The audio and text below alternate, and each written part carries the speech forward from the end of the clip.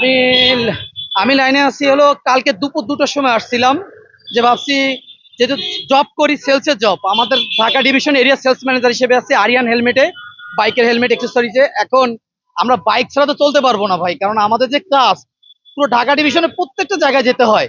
কালকে 2টায় আমি যখন আসছি, বাংলা মোটরের সিরিয়াল দিছি, এখানে রাত যখন 7টা 20 বাজে তখন এসে আমি তেল নাই, 7টার সময় অফ করে দেয়।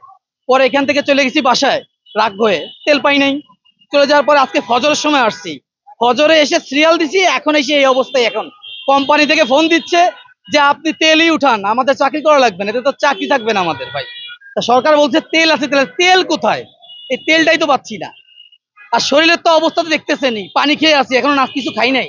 যে বাইক খেয়ে যাবো, ঠেলতে হচ্ছে। যদি সামনে বাইকটা না রাখি তাহলে তো অন্য বাইক এসে আমার সিরিয়াল নিয়ে যাবে। এজন্য আমরা বাইক রাখতে পারতেছি না, এই গাড়ির সাথে আছি। শরীর অসুস্থ, জ্বরও, শরীর অলরেডি জ্বর চলেই আসছে। আর এই ভোগান্তি কতদিন করবো আল্লাহ পাকি জানে। আর এইখানে নিউজ নাই, নিউজ ওইখানে উনি হলো লাইট ছাড়া ঢুকছে, আমার সামনে যান।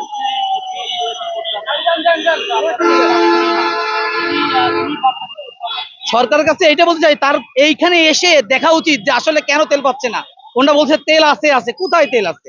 তেল থাকতে তো সকাল ফজরে এসে এই এখন বাজে, আজকে সারা দিনটাই অফিসের থেকে মিথ্যে কথা বলে এখানে আসা, কাজ করতেছি, সিরিয়াল দিয়ে চলে গেছি গাড়ি নিয়ে, আবার আবার সেই গাড়ি নিয়ে এসে তেল নাই, ঠেলে এখন ঠেলতেছি।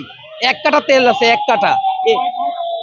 আমি সকালবেলা ফজর থেকে, এখন বাজে কয়টা, ফজরে আসছি, আজানের পরে বেরোইছি বাসা থেকে, এখন 3টা বাজে 22, এখনো আধা ঘন্টা 1 ঘন্টা লাগবে তেল নিতে আমার।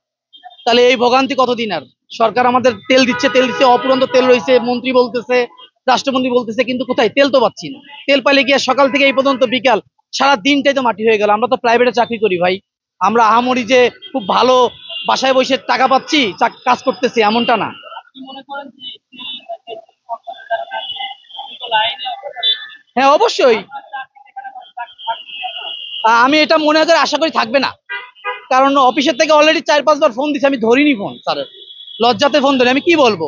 সকালে বলছে আপনি তেল ভরেন না ভরেন এটা আমার জানার দরকার নাই, আপনার লাগবে আপনি কাজ করতে করেন, আমার কোম্পানিতে আপনার কাজ করতে হবে। আপনি ওই তেল আসলো কি গেল এইসব আমি দেখবো না, এটা কোম্পানি থেকে বলে, স্বাভাবিক ব্যাপার, প্রাইভেট কোম্পানি, সার্ভিস দেবো, তার কাজ না করলে সে তো আর টাকা দিবে না। তো এই অবস্থা এখন।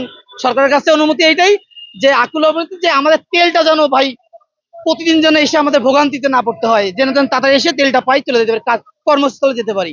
সকাল 10টার সময় অফিসে যাওয়ার কথা, এখন বাজে 4টা, এখনো অফিসে শুধু যে হাজিরা দিয়ে চলে আসছি।